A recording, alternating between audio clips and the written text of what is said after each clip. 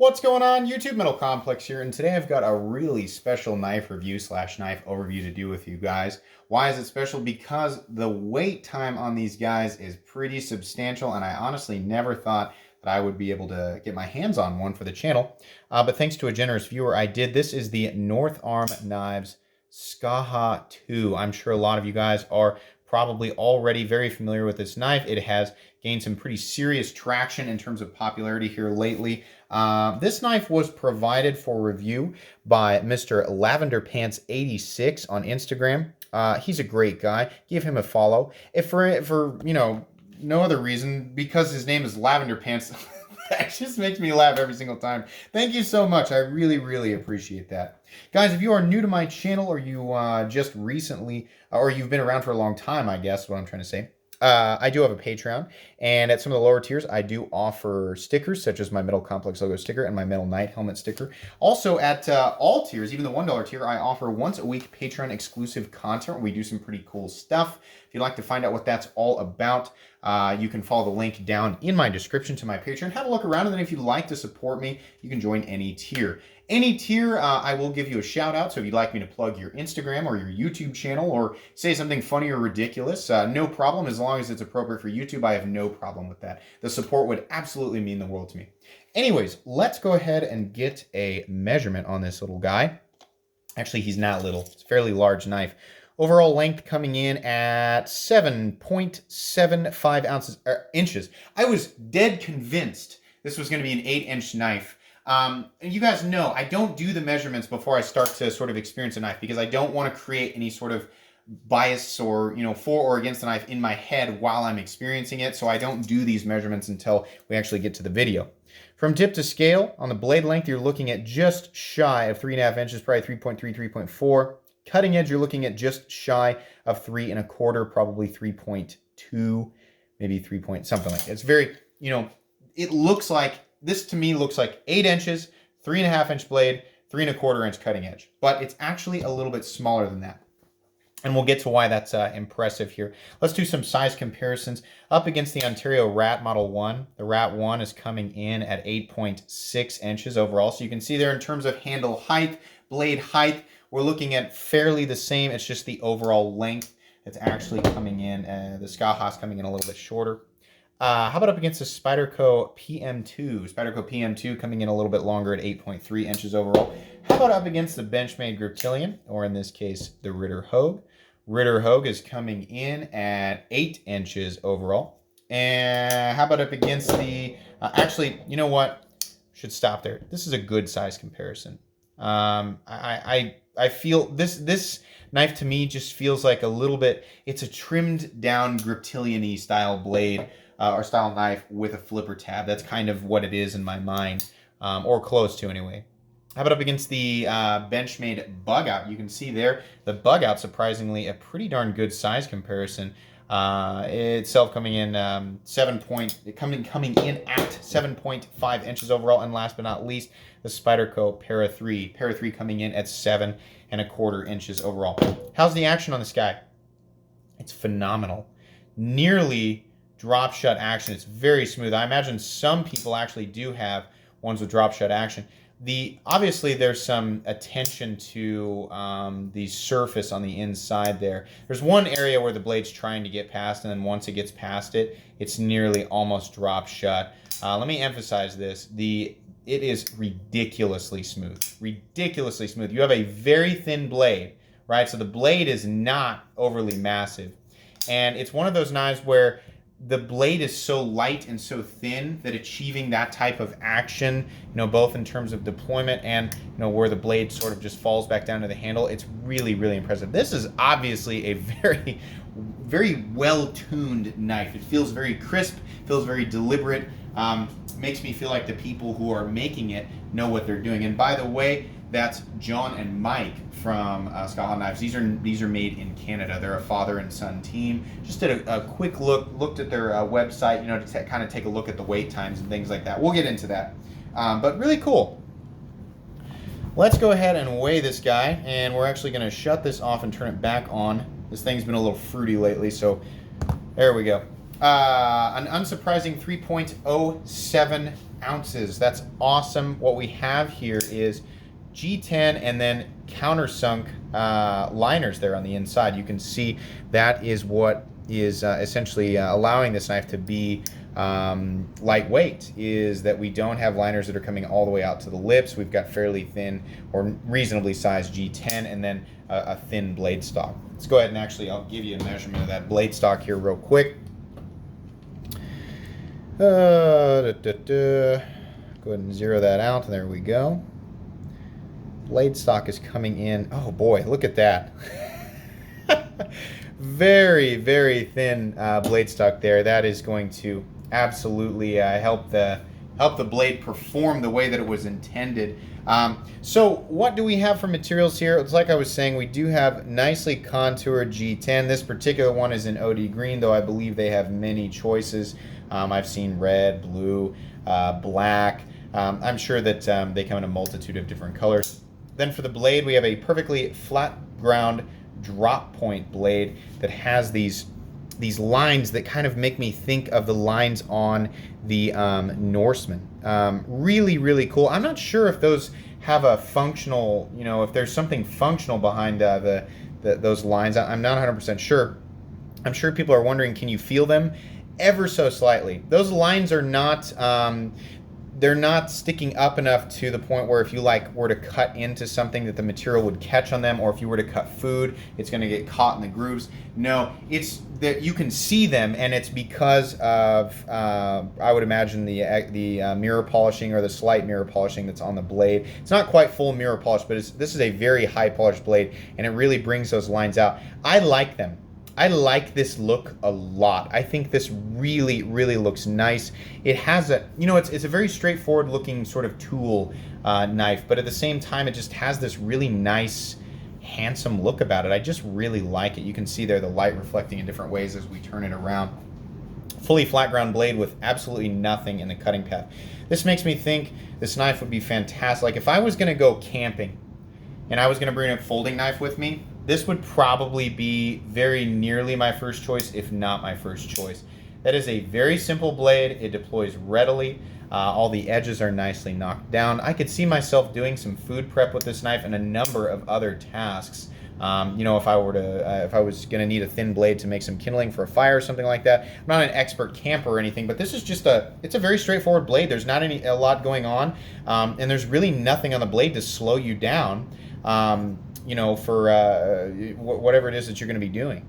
You can see it says North Arm right there. That's great. I love how that looks. And S35VN. And back here it says Made in BC. I probably should know exactly what that means, but I don't. Somebody can let me know in the comments section. Like I said, these are made in Canada. If you're wondering, does the edge get super thin? Yeah, the edge is ridiculously thin. This is an absolute laser beam. This knife is going to slice very efficiently. The grind, the starting thickness, and just how well it's sharpened at the cutting edge. This is going to be one of the most high performance cutting tools that I have ever shown on this channel. It is ridiculously slicey. Absolutely. You still have a nice puncture tip there. Now it is very thin at the tip, but you don't have a lot of thickness to start with. So considering what it's working with, I think that this blade is set up in a way that's as durable as it can be. It's also made out of CPM S35VN, which I think is just an absolutely excellent choice for what this knife was meant for. You're going to have fantastic corrosion resistance, extra corrosion resistance considering this is a high polish on this blade. Really, really good edge retention and reasonable toughness considering it is a stainless steel. So I think that's just great. This area down here you could use as a first knuckle choil, if you need to do a little bit of delicate work, but I wouldn't try to put the meat of your finger up here. You're definitely going to, risk running it up on this sharpened part. It does serve as a functional sharpening choil though, so that's fantastic. You do have absolutely functional jimping back here, just perfect jimping. It's not going to bite into your fingers and mess with you, but it's enough to, for you to gain traction there, whether you're using your bare thumb or a glove. The flipper tab is also just like perfect. I wouldn't say it sticks out too far. It's been nicely rounded off all the way around. There's jimping right there to make sure you catch it. This is one of those flipper tabs, and you know the setup of the knife is one that's just anybody. You can hand this to anybody, and they're going to instinctively understand how this operates, right? It's also one where it's not possible to fail. There's no area. I mean, this is a liner lock, right, or a sub line. I don't know, whatever you call that. Not a frame lock. So, you know, wherever you choose to put your hands on this side, it's not going to matter. It's not going to affect. It's not going to put excess pressure on that lock like it would a frame lock. Some new people with frame locks are like, why won't it deploy? It's because they're putting pressure on that other side of that frame lock. But this lock type and all other liner locks don't have that issue. On top of that, though, we have a perfectly tuned detent, a perfectly shaped flipper tab, and we have some surfaces on the inside that have definitely been polished. And the end result is it just can't fail. I mean, like even straight up with my thumb at an awkward angle, here's straight up in my light. It still flips. You can't fail this knife. I'm serious. I mean, that is like, it's one of the most fail-proof flippers I have ever felt. It's awesome. Really, really cool. Love that flipper tab. Obviously, there are no sharp edges on this anywhere except for the cutting edge. I have to say that because there's always one person, the cutting edge is sharp, isn't it? Yeah, it's a knife.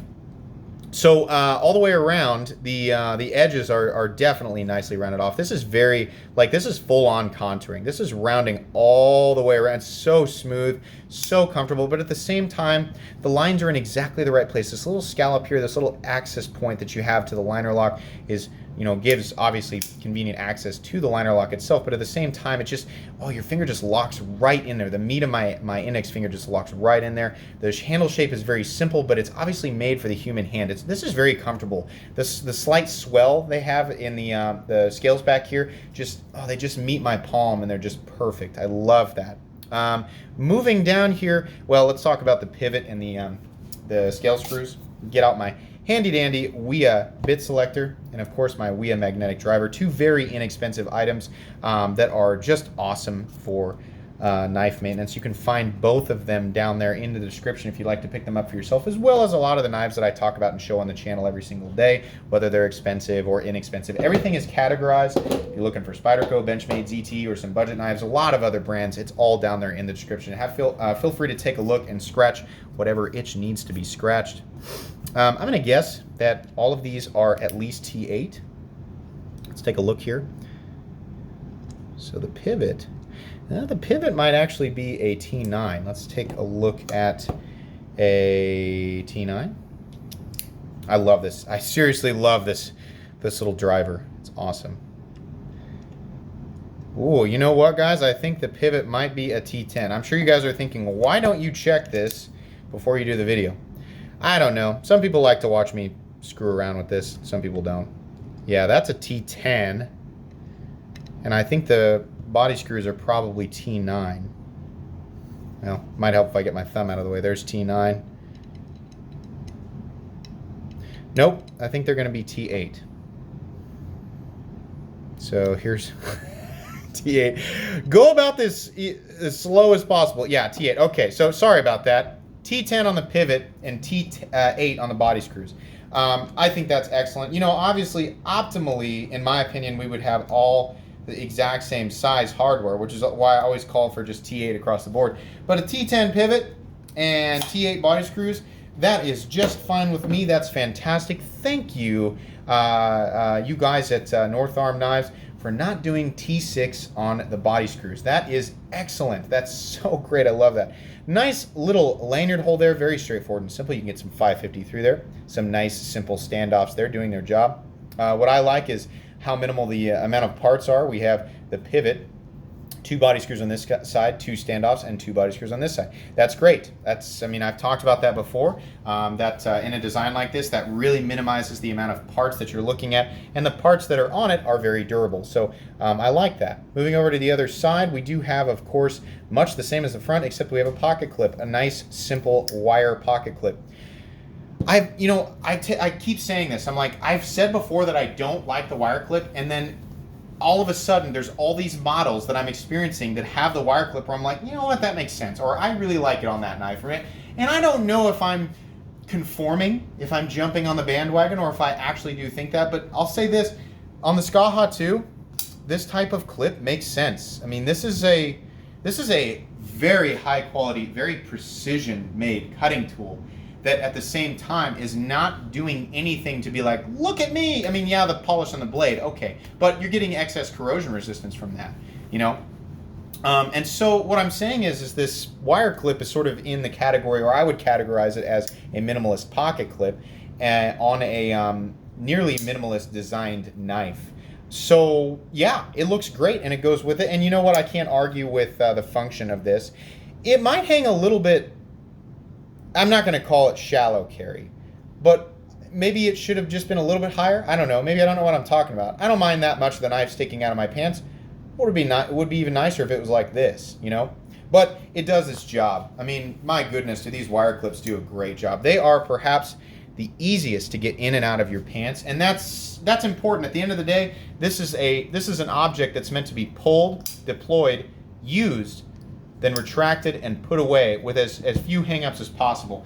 And this knife does that. It is probably the very best example, or one of the best examples that I have ever handled that just does that. I mean, it's no secret. I mean, these simple designs like these I'm not saying that they're not doing something special here, but they made a tool. They made a straightforward tool, and it does that, and it does it well, and it looks good in the process, you know? These straightforward designs, they do that, and that's what they were obviously trying to achieve here, and they did it. This knife has basically no flaws. I mean, you know, I generally don't come down on knives too hard. You know, if they have a general good design, I'm going to be pretty glass half full, but I'm going to emphasize this. This knife was made just about perfect. This is one of the most perfect folding knives I've ever handled. I got nothing to complain about. I was like, yeah, the pocket clip could be, you know, 1/8 of an inch higher. I got nothing to complain about here, guys. Here's the only thing I can complain about. I'm not going to complain about the price. These are made in Canada. They want $200 for them, ordered straight from them. I think that's a fair price. Considering what you're looking at here, the build quality, the fit and finish. By the way, this guy is centered, does lock up. Full access on that lock bar, at least 60%, which is probably where they come from the factory, given how thin the blade is. And there is no blade play up, down, left, or right. So that's fantastic. These are made ridiculously well. The only problem is that they're not super available. They actually have recently closed. Now check the date on the video, because this may not be true depending on when you're watching it. But as of right now, they've closed their books for new orders because, and it says right there on their website, they don't want to get to the point where they're looking at 2-year wait times. You're looking at a pretty substantial wait time right now. I could be wrong. I think I heard someone say it's like between a year and a year and a half, or somebody said that they waited like 14 months or 16 months or something for their knife. That's a long time to wait. Now, if you do decide to go ahead and you know, fork over the money and wait, you eventually will be rewarded with in my opinion, a perfect folding knife. I mean, it's just perfect. It's just wonderful. This is such a great knife. You will be happy with this. I can't recommend this thing enough. You know, it sucks that you have to wait, but you know, they're not able to produce these in mass quantity yet. Now, I read that they're working on some things, trying to make production a little bit better, trying to be able to produce more. I think these guys are going places. I think, you know, once these become, you know, readily available, I hope that at some point these become readily available for everybody. I hope that they continue to grow and they're able to continuously produce more and more knives, because this is one of those knives where it's like, I feel like everybody should experience it. I mean, it's just excellent. It really is great. I can't say enough good things about it. It's awesome. Guys, that's going to be pretty much it. This knife will go on my most recommended knives playlist. Thank you again, Lavender Pants 86, for letting me take a look. This was truly an excellent knife. If you enjoyed this video, please leave a like. If you'd like to check out my other content, I do, of course, have lots of videos of knives that are either expensive or inexpensive that I do or don't like, so check those out. And if you enjoy all my content, go ahead and click on this Metal Complex logo right here and subscribe, because there's definitely more coming. Thanks again for watching, everybody, and have a great day.